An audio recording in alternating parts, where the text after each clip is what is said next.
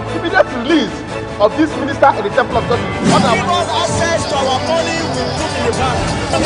POS operator, she said 50,000 naira is 1,000 to collect 3,000 naira. Where are we heading to? I've always said there are two sets of people on earth, the oppressors and the oppressed. And in between are the cowards and the hypocrites. Which are you? No matter how tough the challenge, how high the obstacles, we always overcome. What Nigerians need now is not about the taunting. Who can come and salvage us from where we are?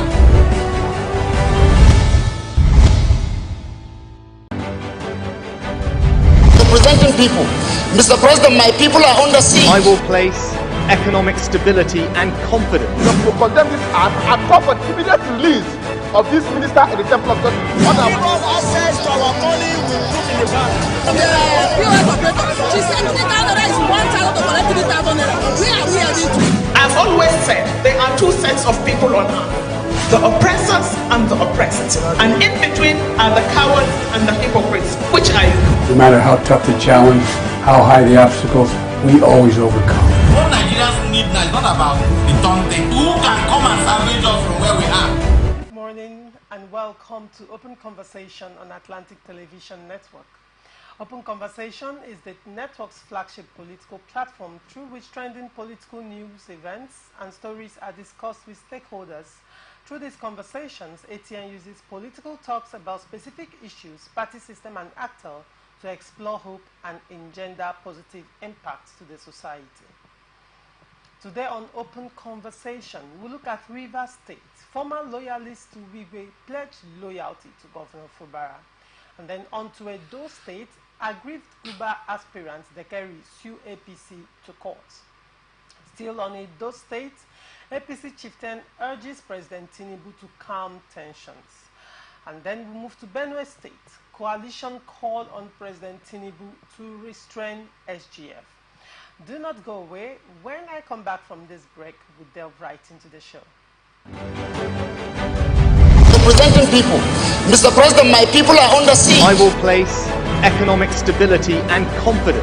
To condemn this act and call for the immediate release of this minister in the Temple of God. Give us access to our money we put in the bank. POS operator, she said 50,000 naira is 1,000 to collect 3,000 naira. Where are we heading to? I've always said there are two sets of people on earth, the oppressors and the oppressed. And in between are the cowards and the hypocrites. Which are you? No matter how tough the challenge, how high the obstacles, we always overcome. What Nigerians need now is not about the taunting. Who can come and salvage us from where we are?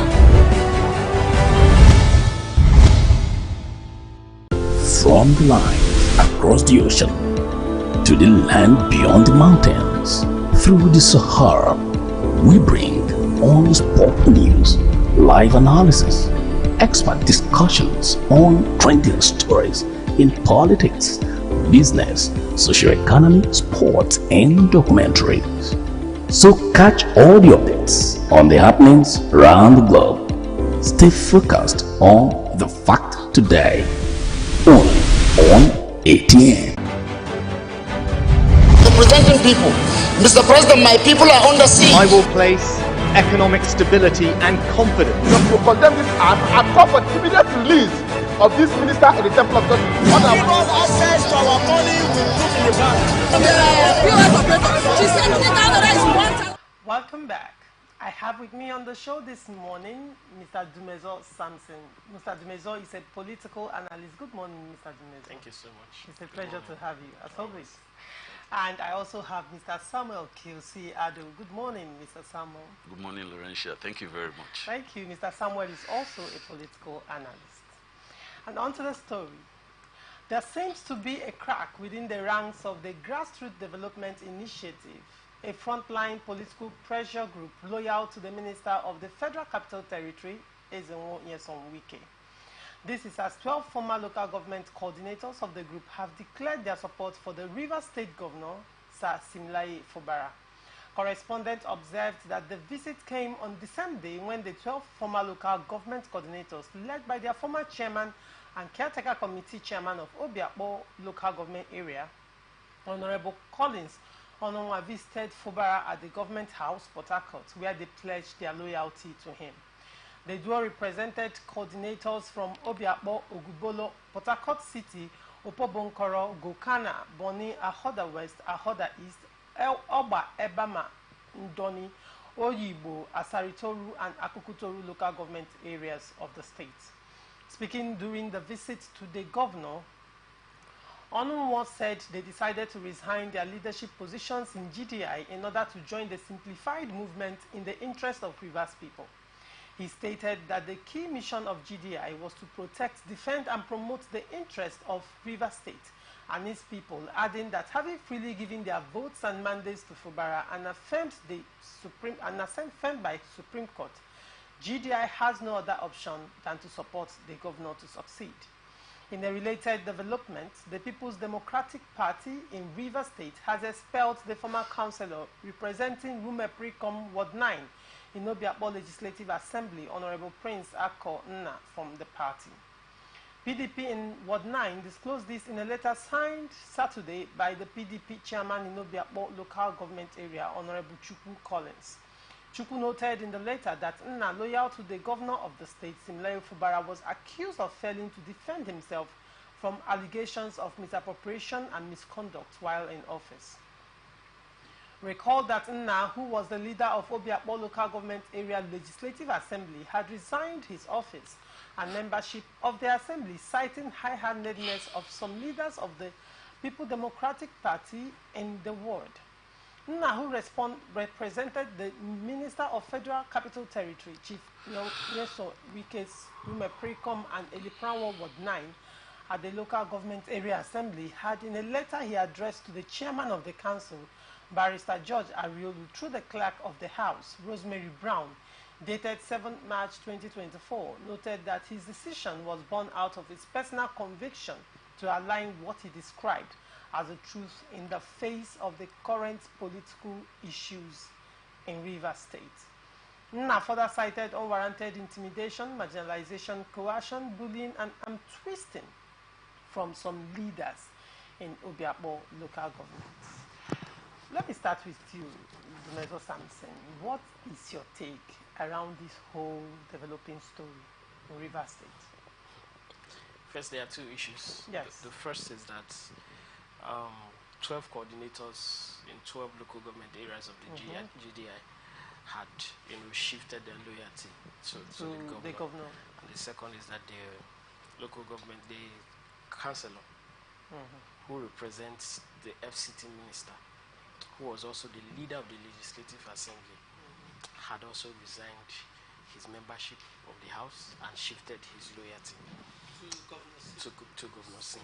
Yes, I want to start by saying that the grassroots development initiative was the grassroots platform that the current minister of FCT used in 2014 into 15 to destabilize the political structure of the then governor, who is a former minister of transportation, Right Honorable Rotimi Achibuike. When they had issues, it was the GDI that was the political machine that was used to destabilize that structure for Nyeso Wike at the time to have his own political base. That GDI balkanized the People's Democratic Party in the state, and he got a lot of support from the then federal government. So the GDI is a grassroots development initiative, political machine, I would say, that was created to serve the political interests of the current minister of FCT. Okay. So they helped him come on board, and they were quite a good force. Now, he is no longer governor, and there's a rift between himself and his political godson, the governor of Rivers State. That same political machine that the minister used at the time is now being broken into factions and pieces. So the implication of that is that strategically, the political godson is beginning to, whittle the political base, all right, of the political godfather. And when you begin to look at this deliberate strategic political movements within what was once defined as a political family, you can tell that a house that is divided against itself can never stand.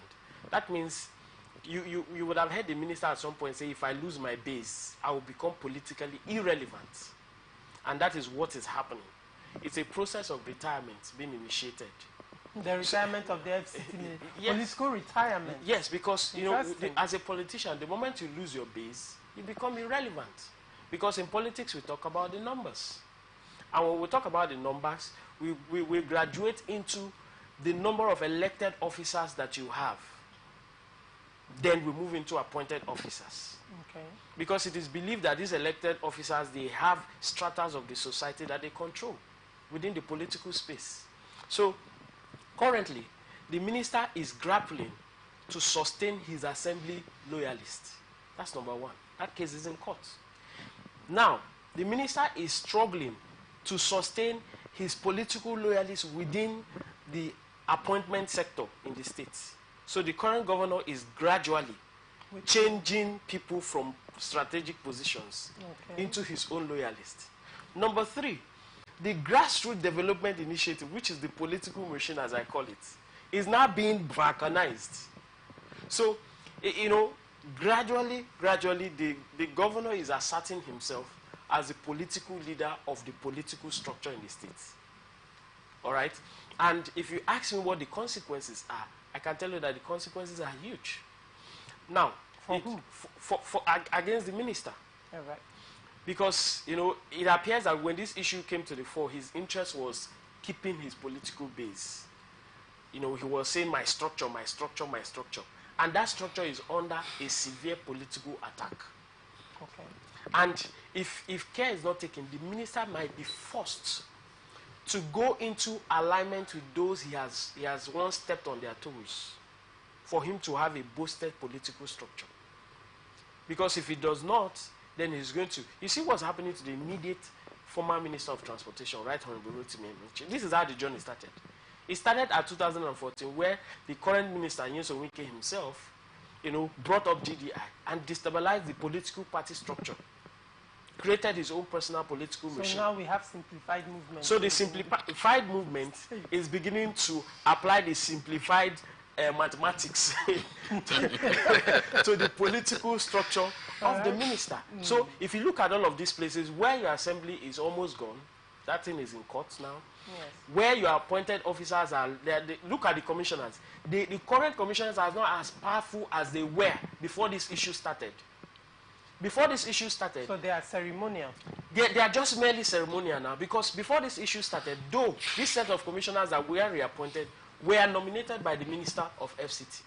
But currently, before you see them moving with the governor, you know, they had a smooth relationship. Now, there is suspicion amongst themselves, there is distrust. So they don't even have that level of relationship with the governor again. So they are weak. They can't do much. All right. So there's an attack on the assembly. There's an attack on the appointees. There's an attack on the political machine. And look, furthermore, there's an attack on the constituency of the minister, talking about his ward. Because if you see the strategic push now... The breakaway is starting from his ward. Very strategic. So he's losing grip. I know the House, as I know the LGA Council, the leader of the Legislative Assembly who just resigned. He was a core loyalist of the minister. Core. In fact, his nomination came from the minister's table for him to become a councillor. And then he was made the leader. You know what it means to be the leader of the Legislative Assembly in one of the largest local governments in the country. Obiakpo has the largest votes in this state and one of the highest in the country.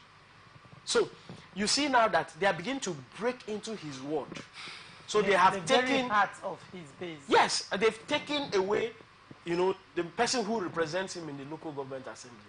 Now, they've taken some persons who were loyal to him, strategic persons like Solomon Eke and the rest of them, they've taken away from Obiakpo. So they attack.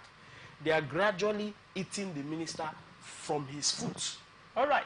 So the consequences are huge, and it tells you that there is no peace.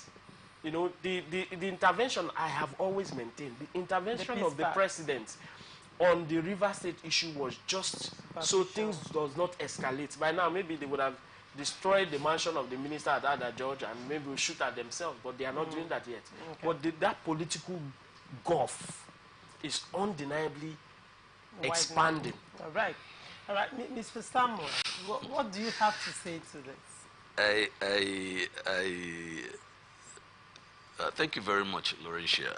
I like the tone of my brother. He's you like his analysis? Yes, he's a lot more. He's almost aggressive, you know, and that's beautiful. For me, I agree with him. He's right, but I like to a rather more mellow tune. You know what I'm saying? Like. The Minister of FCT is a great guy. He's done a lot, you know. Maybe before this time, if, to make your way from Romokuta down here will take a much longer time than we do right now because of some of the landmark facilities he did put in place. Yeah, but that's, having said that, there is something that politicians are missing. And that is why I commend the governor of Rivers State, His Excellency Sir Sim Fubara, what he said recently. He said, he made people to understand, paraphrasing, they are not quoting him verbatim. He said that politicians, he looked at the life of, you know, reflecting on the life of Dr. Herbert Wigwe, the late Dr. Herbert Wigwe, who just died, you know, CEO of Access Bank. And he said, he made the people, that August gathering that came to for that burial, to understand that the people gathered there not because of Herbert himself, but because of the legacies he left behind. And now he now called on politicians. He was addressing his own, you know, immediate constituency, and he called on politicians that, look, when you're in a political office, you are holding that power in trust for the people. And so you do not, it is not about you. And the governor had been saying something. Any time he talks, he said, it's not about me. It's not about me.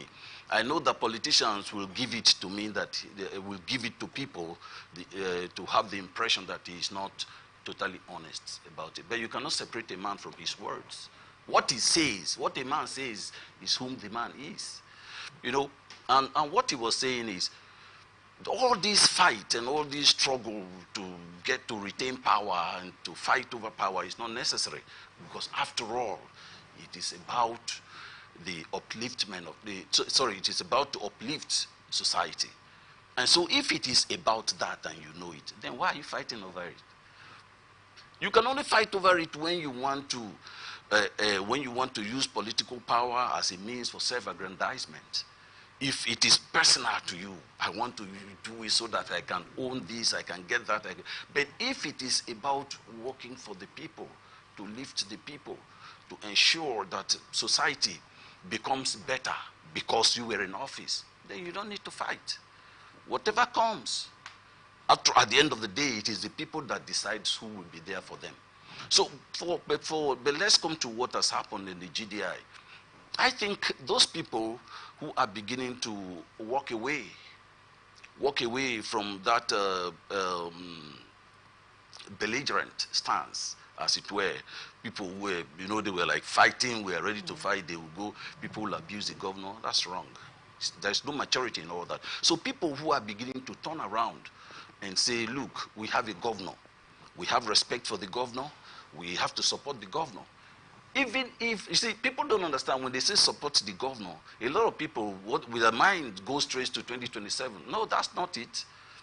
If a project, if River State government, by this governor that we have now, cites a project in a place like in my community, and I happened to be a chieftain of the GDI, and I don't encourage the boys to support that project to do well, I am not supporting the government of River State. That means the power or the position or my control of the people is not for good. It's not for good. If it is for good, even if I am a member of another political party, UPN, whatever it might be, whatever NGO that I control, if I mean well for Rivers people, I will support the programs of government, ensure that these projects succeed. So those people that are beginning to come back to stand with the governor, I think they are reasonable people. And as a matter of fact, they mean well for Rivers State. That is why they are doing what they are doing. Well, the illustration you've given, it appears to, you're talking about government policies, implementing government policies and work, right? But this appeared to be purely political, not governance.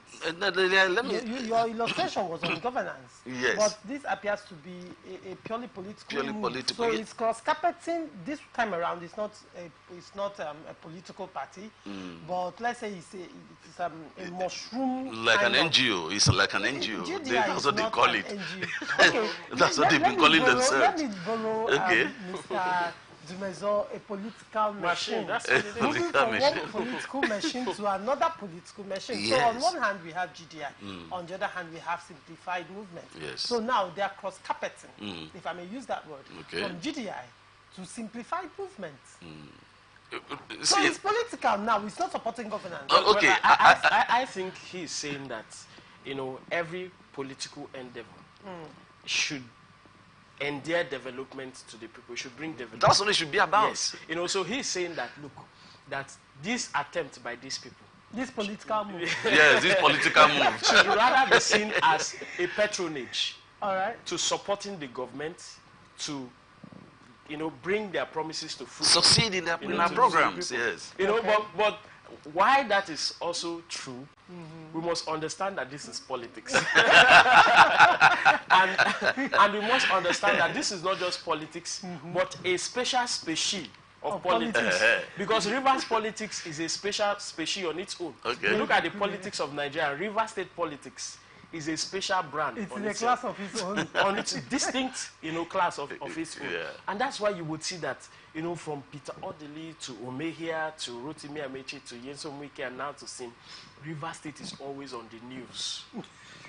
Not pretty much about developmental matters, but politics. And that is why you see that even when we are done with elections, people are still grappling over power, over my structure, over political machines. So as much as he is right that those actions may have been taken, out of conscience, so that you don't stand against the good intent of government in your various localities. Okay.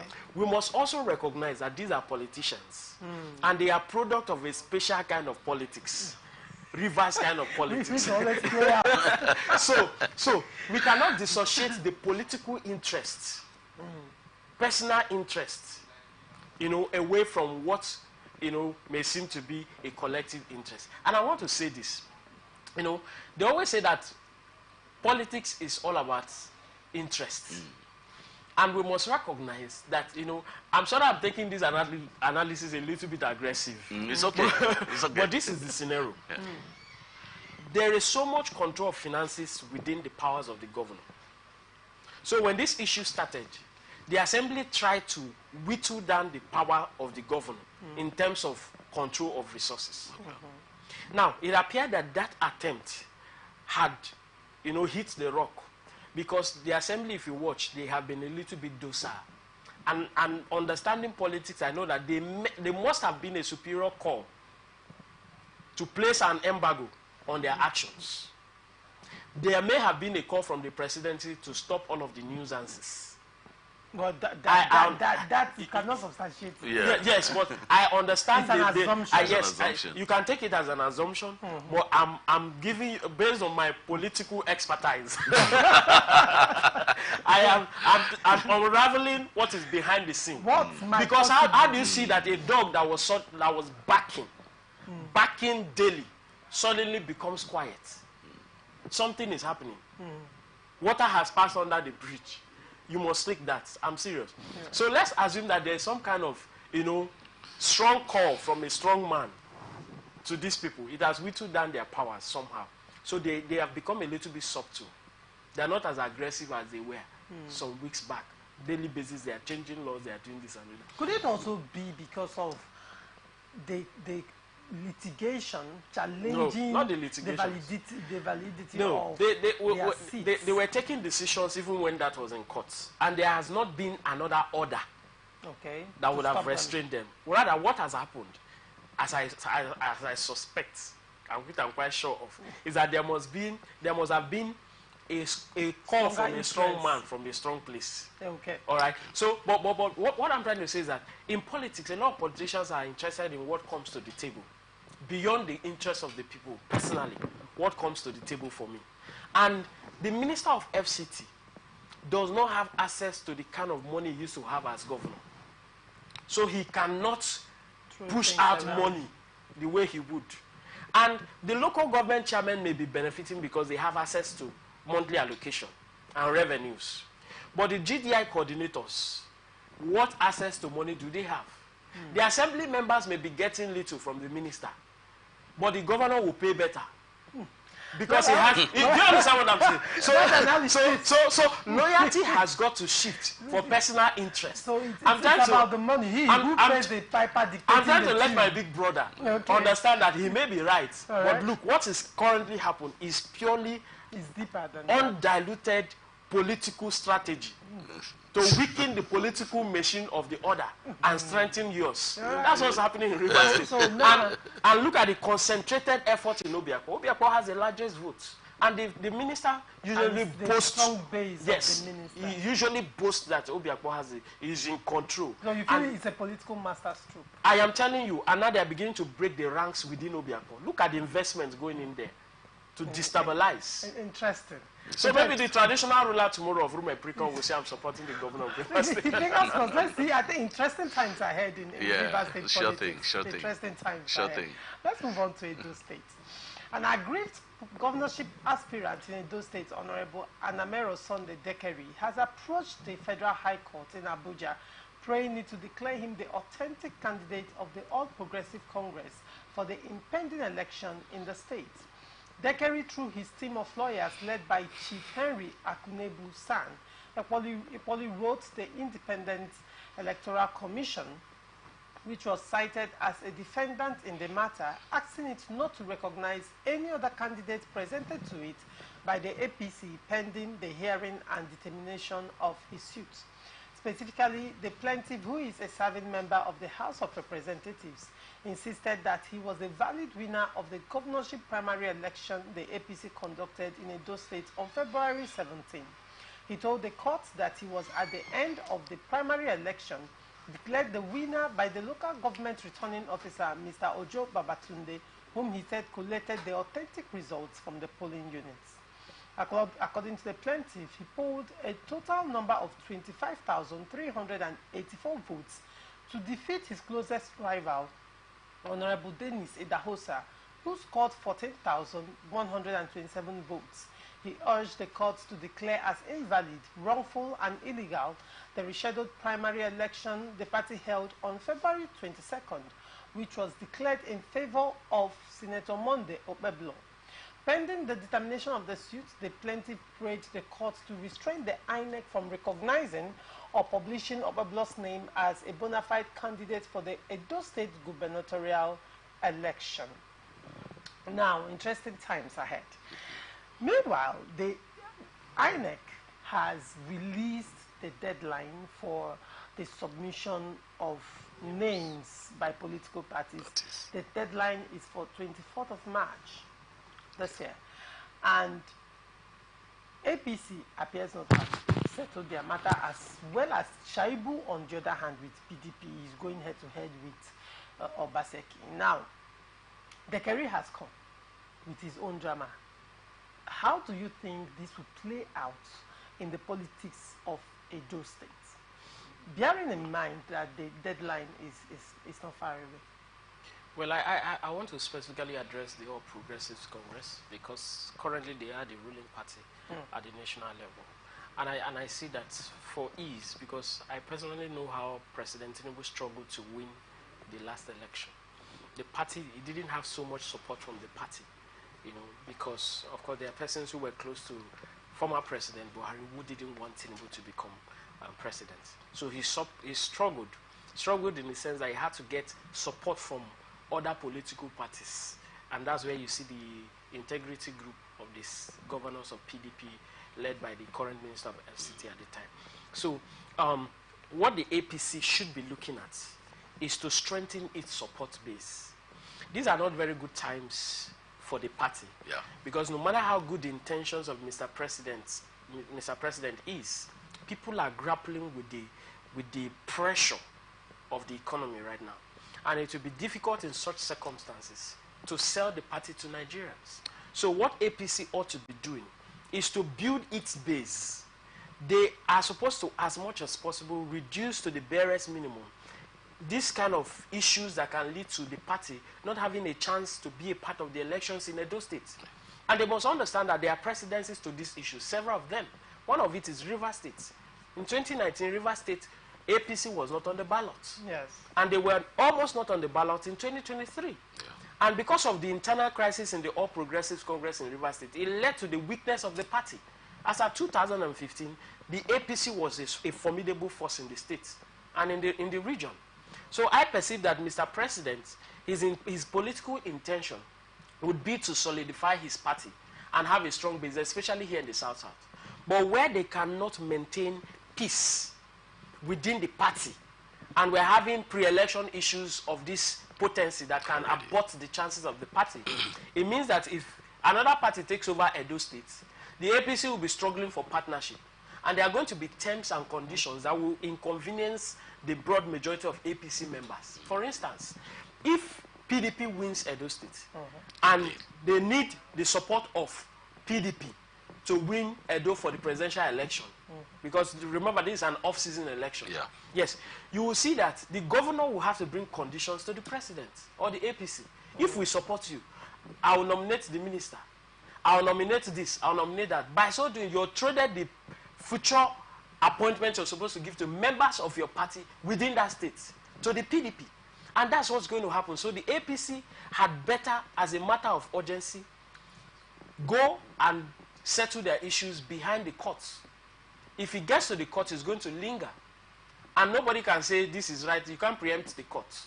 So the best thing the APC has to do is to call for settlement. Call this person. What's the issue? Mr. President must have to get involved. If he does not, and they leave it go to court, and it will linger and it will abort the chances of the party. Okay. And it will also affect Mr. President himself if he wants to have a rerun in 2027. So they have to do that. You know, I had predicted that this will happen in the APC and in the PDP. Because I would not be surprised that the governor, I'm not accusing him, but I'm just postulating, the governor can even sponsor this candidate to destabilize the APC. And the APC can sponsor Shuaibu to destabilize the PDP. Yeah. And if they continue like this, the court can throw them out and Labour Party will get the deal. Now, talking of Labour Party, let me come to you, Mr. Samuel. Now, Abata has emerged as the Guba candidate of Labour Party. Of course, Labour Party did have their own issues as well, but Alex Oti, with the intervention of Alex Oti, they were able to handle their in-house situation very quickly before it escalated. Now, Shuaibu has gone to court. Against the PDP? Yes, PDP. Shuaibu has gone to court, challenging the emergence of Idahosa. Now, in APC, the Kerry now is saying it can be Opeblo, right? It has to be him. And regardless of how valid or not valid their arguments may be, what's going on right now is that it's whittling the whole situation for them. It's whittling down their influence, it's distracting, and the deadline is close. Do you see Abata or Labour Party taking good advantage of this whole situation, considering, of course, that PDP has power of incumbency in those states? Regardless of what is going on in APC, they have the federal might. Yeah. And then Labour Party, on the other hand, appears to be the third challenger in the game. Yeah. So how do you think this will play out for Labour Party? Well, for me, I think, number one, Labour Party, to an extent, has a good selling point. For now, apart from the fact You know, when we take away these two things you mentioned, the power of incumbency, that is for PDP in the state, and the federal might for APC, since they are the party in power at the national level. But you see, we look at the narratives. There is something that will first, primarily, work for every political party. Now, if a party is in power, maybe in a state, the number one thing that people are going to look at is the party doing well? Now, APC, the problem APC has right now is that since 2015 to this day, the economy of this country has been in the woods. It's not doing well. And, you know, what people think, the majority of Nigerians think, is that, look, an economy has to be managed. It doesn't run on autopilot. So, for Labour Party, they might have, what can go for them will be what they will put out there to the people. That look at PDP. The question is PDP doing well in Edo State? I don't live in Edo State. Now, this kind of problem or this kind of disagreement that's happening in the APC is going to whittle down, just like you said, it's going to whittle down their support base. It's going to make the people who ordinarily want to support them to say, those people are fighting. And then they come to PDP and they will say, PDP said, what didn't do for us? You know? And then the Labour Party, because they've not been tested and tried, they still have that their strong voice, that their strong position, giving the people the impression that, you know, whatever narrative they carry is what they can do for the people. We translate into what they can do for the people. That can work for Labour Party to an extent. But probably if Alex Oti joins in the campaign in those states. Yes. They definitely will. No, yes. That is it. Because one of the arguments is that during the presidential elections, Edo State massively voted for Labour Party. But the argument is that it was the man, not the party. And the man is still in the party. The man is still in the party. And it's still thriving. You see P2B everywhere. Yes. He's showing solidarity to people. He was all through with Abadwigwe's family. He's everywhere. All over the place. So the man is still everywhere. You see, okay, I'll give you an instance. Just, sorry to on Saturday, where in Rivers State, where they were having the funeral process for Abadwigwe, when P2B was introduced, the applause was so much, such that the Senate president had to say, look, why are they than him? Is it because he didn't run for presidential election? So it tells you that the man is still likable out there in the public space, and his influence has not dropped. Yes. Okay, so he will bring his influence to so if he brings that, I for one knows that, you know, when P2B went to Edo State, sorry to say this, but a lot of persons feel you have what we call the Yahoo boys a lot in Edo State. When P2B went there, he said, look, what these guys are doing is not so much of a bad thing. We can transform them, empower them to use their skills to benefit the economy. And he got the support of that sector. Because the sector. so he's and the youths in Edo State and that, this is our man. All right. And Olumide Akpata is a youth-friendly person. Okay. He has the energy, and you know he's a dancing. He's another dancing. So if they put all of this together, while the other people are fighting, they are going to be thriving and buying the hearts of the people. All right. So if AP, let them consult for. All right. Let's move on. President Bola Ahmed Tinubu has been urged to call loyalists of the Secretary to the Government of the Federation, George Akume, to order against actions that could undermine their administration in Benue State. The president of the Benue Development Coalition, Dr. Peter Bois, in an open letter to President Tinubu, claimed that the SGS loyalists have perfected the plot to capitalize on the farmer-herders conflict to unleash mayhem in the states.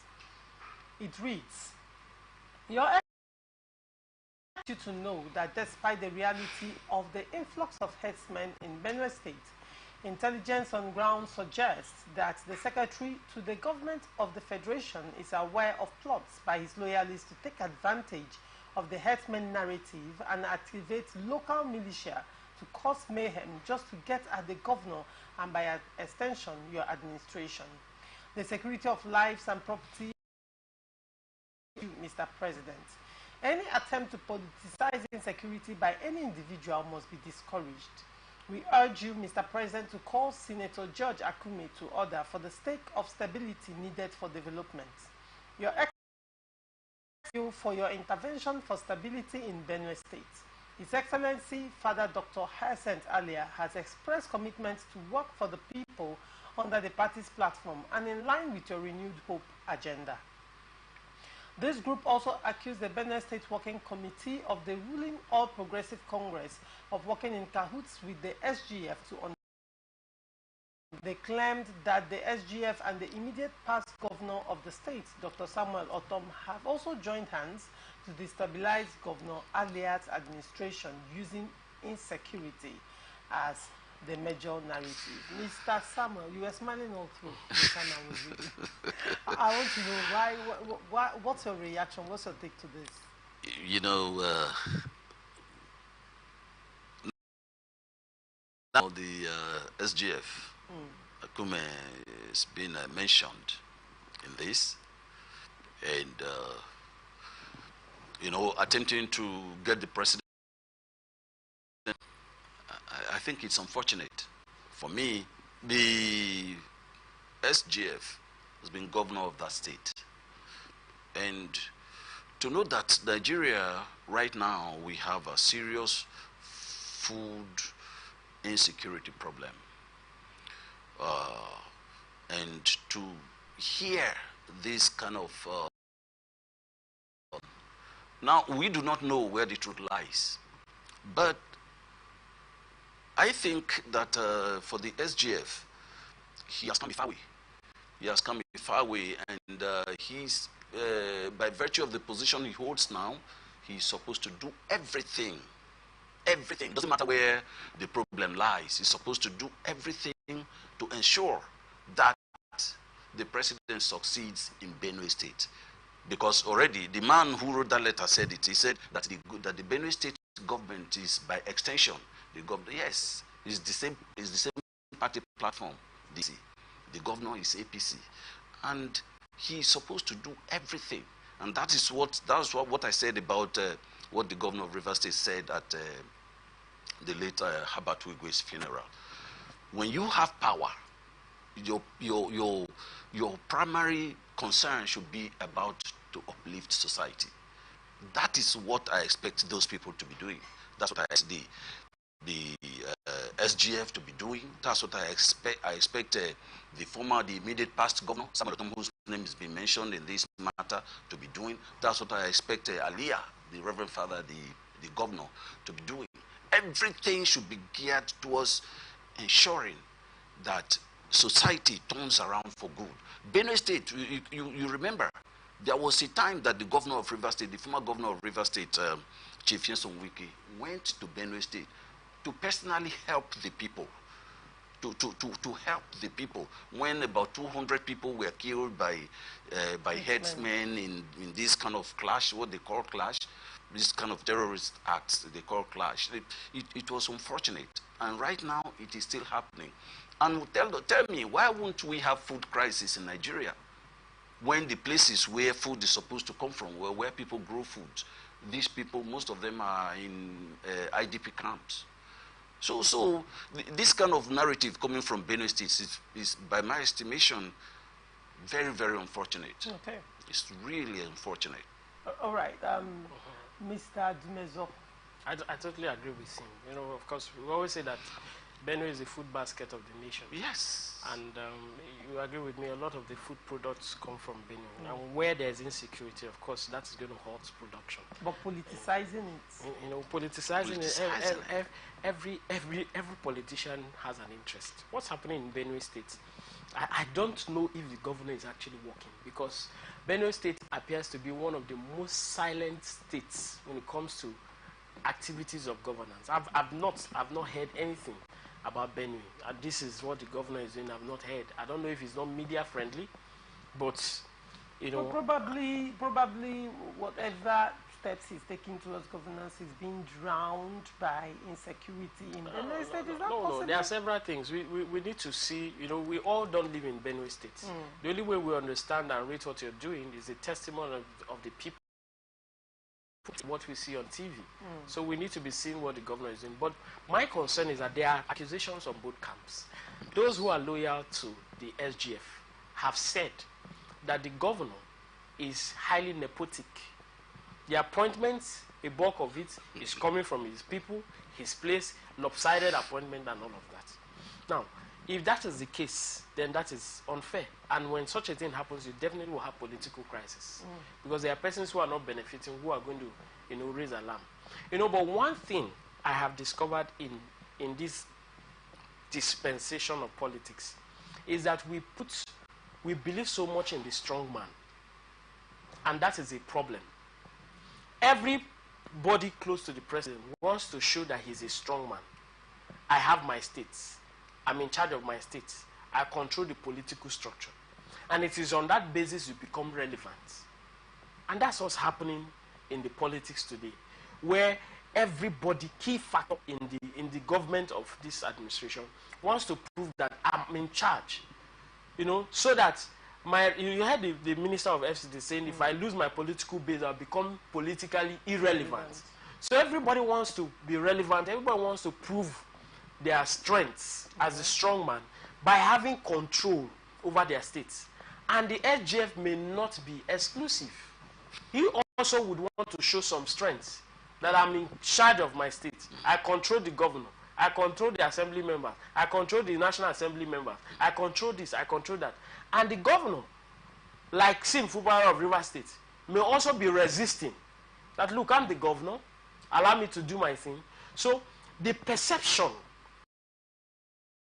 our dispensation of politics is part of the problem that we are having. People want to show that there's a strong man. And where you begin to resist them, that showmanship, then they begin to, you know, inspire every instrumentality of state against your administration. And that's what we're seeing there. So I think that, you know, we should reshaping our democracy. Power should rather be to the people. If we all believe that the power comes from the people, and we don't have to force ourselves into getting to power, you discover that all of this strong man thing would reduce the level of political crisis. Come to a higher consciousness of yes. who they are yes. in the political ecosystem. Exactly. And actually make use of the power. Use of that power.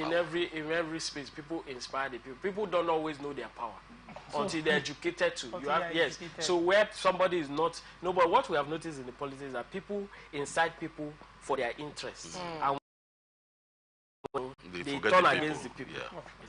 All right. Thank you so much, Mr. Dumezo Samson, for coming on the show today. And thank you, Mr. Samuel Kelsey Adu, for coming on the show today. Thank you, Laurentia. It's a pleasure. Yes. You can always catch up with us. Sorry, this is all we can take on this episode of Open Conversation. But then stay connected and follow us on all our socials, Facebook and YouTube on Atlantic Television, Instagram and TikTok, Atlantic TV Network 1. Twitter, Atlantic TV Net. Watch us live on our website, www.atlanticnetwork.tv. Do not forget, peace and unity are the pathways to progress. Thank you for watching. I am Ogu. My transition news comes up next. Don't go away. Representing people. Mr. President, my people are under siege. I will place economic stability and confidence. We condemn this act and call for the immediate release of this minister in the Temple of Justice. Give us access to our money we put in the bank. POS operator, she said 3,000 naira is 1,000 to collect 3,000 naira. Where are we heading to? I've always said there are two sets of people on earth, the oppressors and the oppressed. And in between are the cowards and the hypocrites. Which are you? No matter how tough the challenge, how high the obstacles, we always overcome. What Nigerians need now is not about the